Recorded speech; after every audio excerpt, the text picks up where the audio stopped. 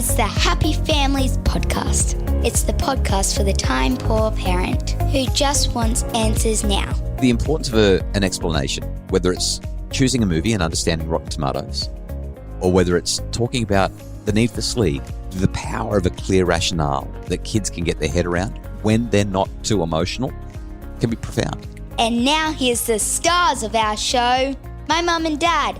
Fridays are my favourites on the Happy Families podcast. We talk about the things that are going well in our family, and we get a bit introspective about things that maybe aren't going so well. This is our chance to be intentional parents, reflect on the week that was, and try our hardest to be better tomorrow. It's called I'll Do Better Tomorrow. I'm Justin. I'm here with Kylie. We are the parents of 6 kids, and I'm the founder of happyfamilies.com.au. Kylie, today I would love to hear what you've got to talk about. One of the things I absolutely loved about Parental Guidance, the TV show. Yeah, the show that I'm the co-host of and the parenting expert on. Thanks so much for mentioning it. It's available now on Channel 9's app, 9 Now. Was just the way it evoked ideas and thoughts around the kinds of conversations I wanted to have with my kids. With our kids. They're ours, please. They are our children, all Seriously. of them, all 6. And so over the last little while, when I have found myself in the privacy of the car with just one child, I've just started having little conversations with them, just tapping in and seeing where things are at. That's great. And the other day, I was driving to Brisbane with one of the girls, and I said, I've been having some thoughts around internet safety and, you know, the kinds of things that kids in general are being exposed to. Oh, can we play the bit from Parental Guidance? Go for it. She says her name's Pepper. That's information she shouldn't be giving out. She's told me a suburb already. Ask if she knows the local shopping centre. Yeah, she says she does. Okay, keep building the relationship. See if she'd like to meet you at the shopping centre. Oh my God. She said yes. Watching that really rattled me. Oh, even hearing it now, it still does it to me. It's so powerful. And there's a part of me that thinks that because of what you do for a job and the fact that we've had these conversations with our kids ongoingly, that they're safe. Yeah. But obviously Parental Guidance just highlighted you can have all the conversations you want and your children still find themselves in these really tricky situations. And so I just said, are you open to having a really open conversation about what's going on and what you've experienced? And she said, yeah, sure. My I'll Do Better Tomorrow might just be for big ears. Big ears? Are you insulting me? No, just it's probably not for little children. Okay, not for little ears, just big ears. What do I do if I'm 38 years old and I've just got really little ears? Can I still listen? It's okay. So what you're saying is we're about to discuss some themes that may not be for young children or for kids in general, teenagers and above. Yeah. Okay, let's hear it. In spite of the fact that I know what needs to be said, I'm still sitting there feeling a little bit uncomfortable about asking the questions I'm about to ask her. You kind of get tongue-tied, even if you've planned it out in your head, don't you? Yeah. Yeah. Yeah, I actually was sitting there for about 2 or 3 minutes, kind of mulling over these questions that kept popping up in my head, but was too scared to ask them. Right. Until finally I just went, what am I scared of? You know what you're scared of? You're scared of actually finding out the answer and discovering an answer that you don't want to hear. Maybe. Anyway. That's what I'd be afraid of. Anyway. I just decided to ask. So I asked her if she'd ever been exposed to pornography. She acknowledged that one day she was scrolling and a couple of actors that she really liked had been kind of it sounds like artificially kind of simulated into a very passionate scene. So she didn't believe it was, originally she thought it was like a promotion for a movie or something, but realised quickly that it wasn't. And so she just scrolled past it. But outside of that, her friends haven't shown her anything particularly explicit. She's acknowledged that when her friends and her get together, they're not actually on their phones, they're having conversations. What you're saying is fairly consistent with what we think research is telling us, and we hope that it's indicative of what's happening in the real world, and that is that, I mean, we're talking about teenage girls here, much less likely to be exposed to and actively investigating explicit content. Yeah, I kind of, as I was sitting there, I was like, this is exactly how I thought the conversation would go. If it was a teenage boy, it would be a totally different conversation.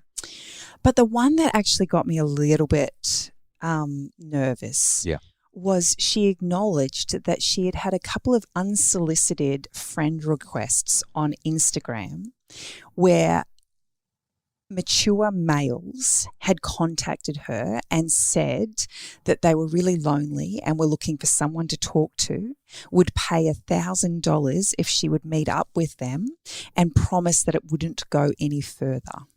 See, I hear that and I feel so many things. I feel so many things. And the first thing I feel is we need to double check those settings again. But even with great settings, stuff gets through. So I asked what she did when she got those messages. And she said that there were quite a few reels at the time, because this actually happened during COVID. I'm only just finding out about this now. This happened during COVID. And she said as she was scrolling, there were lots of reels by different people saying, if you get a message like this, whatever you do, don't respond. Block them, get rid of them. And so that's exactly what she did. And I asked her why she didn't talk to me about it. And she said, well, I didn't feel like I needed to because I got it under control. Yeah, I dealt with it. Nothing happened. And I asked if there'd been any more recently, and she said no. It seemed to be a very concentrated period. But I was really grateful for a couple of things. I wish she had have come and talked to us when it happened. Yeah. But I was so grateful that she was confident in her own ability to recognise and know that, no, this isn't something I want to engage in. Delete, block, get rid of.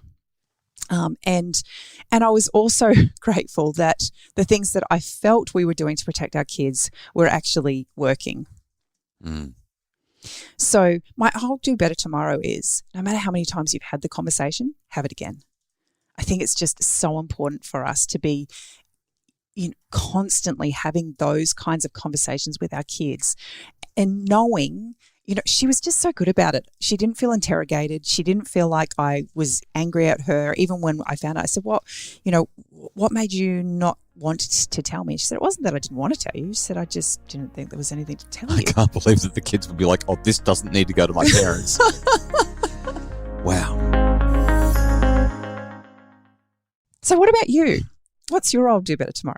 I'm just reeling from this conversation. It emphasizes so much how important it is that we as parents are bold enough and encouraging enough and soft enough to have these conversations. That's what I'm really reeling from. So what I am going to talk about is two things, a very quick anecdote and then a story that I think a lot of parents are going to say, oh, got to try that. I don't know if it's going to work for everyone, but it's worth a shot. The anecdote, first of all, sitting down to watch a movie with Emily the other day, 9 years old. The TV suggests, why don't you watch Inside Out, the Disney Pixar movie? I'm like, oh, Emily, this is brilliant. Let's watch Inside Out. It's going to be great. She says, no, don't want to watch it. I'm like, why are you so rigid? Why are you so close-minded? Why won't you watch this movie? I didn't get that excited about it, but that's what I was thinking in my head. I said, what do you mean you don't want to watch it? How come? And she said, because it's got 96 Rotten Tomatoes. So, when the recommendation comes up on the screen, it often brings in the Rotten Tomatoes or the IMDb score. And she saw 96 Rotten Tomatoes and thought, it must be really bad. Well, I agree. I would think that too.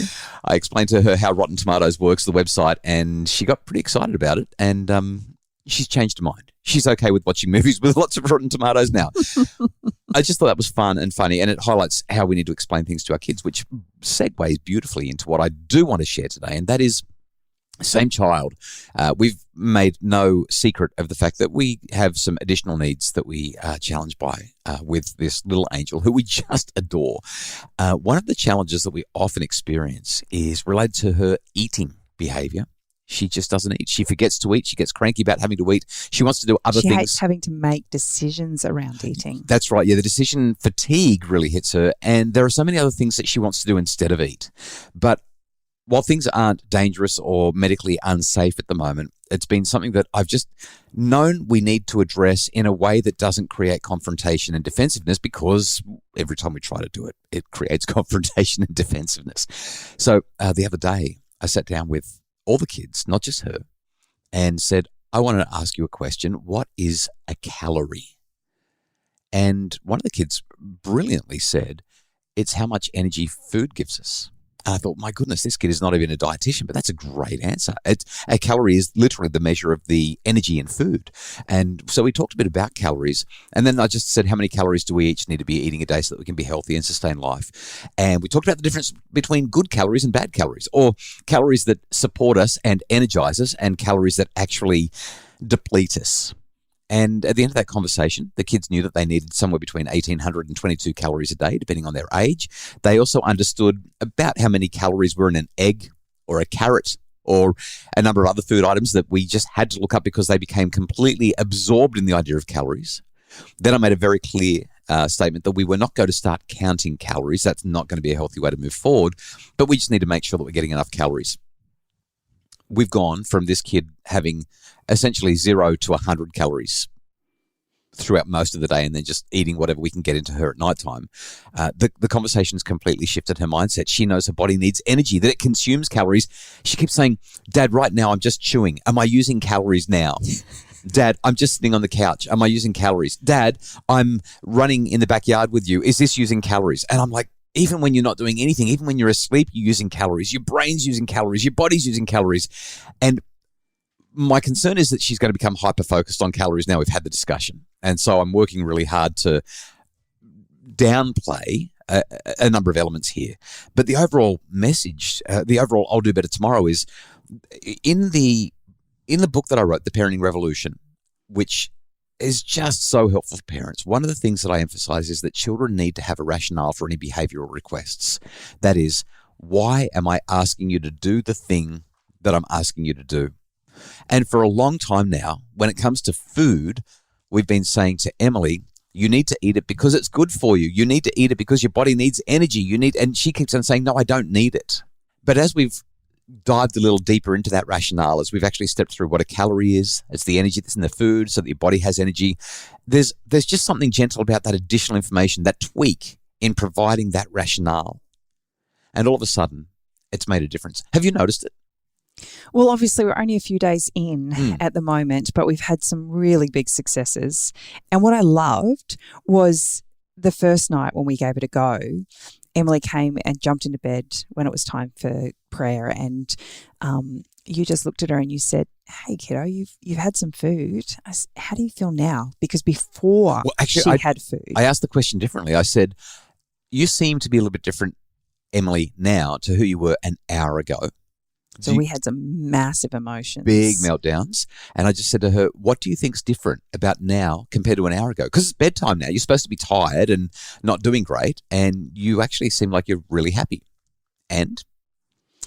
She said, I feel really good. She felt calm. She felt peaceful. Yeah, regulated. And she acknowledged that she had a full tummy. Amazing. So the importance of an explanation, whether it's choosing a movie and understanding Rotten Tomatoes, or whether it's talking about the need for sleep or the need for food and sustenance and energy or the need for some time away from screens, the power of a clear rationale with some good, simple statements that are evidence-based that kids can get their head around when they're not too emotional can be profound, can be so powerful. We really hope that you've enjoyed our conversation today. I'll Do Better Tomorrow. We'll be back again next week. The Happy Families podcast is produced by Justin Rule. I'm from Bridge Media. Craig Bruce is our executive producer. If you want to make your family happier, we've got so many resources and so many wonderful ways that you can do it. Please visit us at happyfamilies.com.au.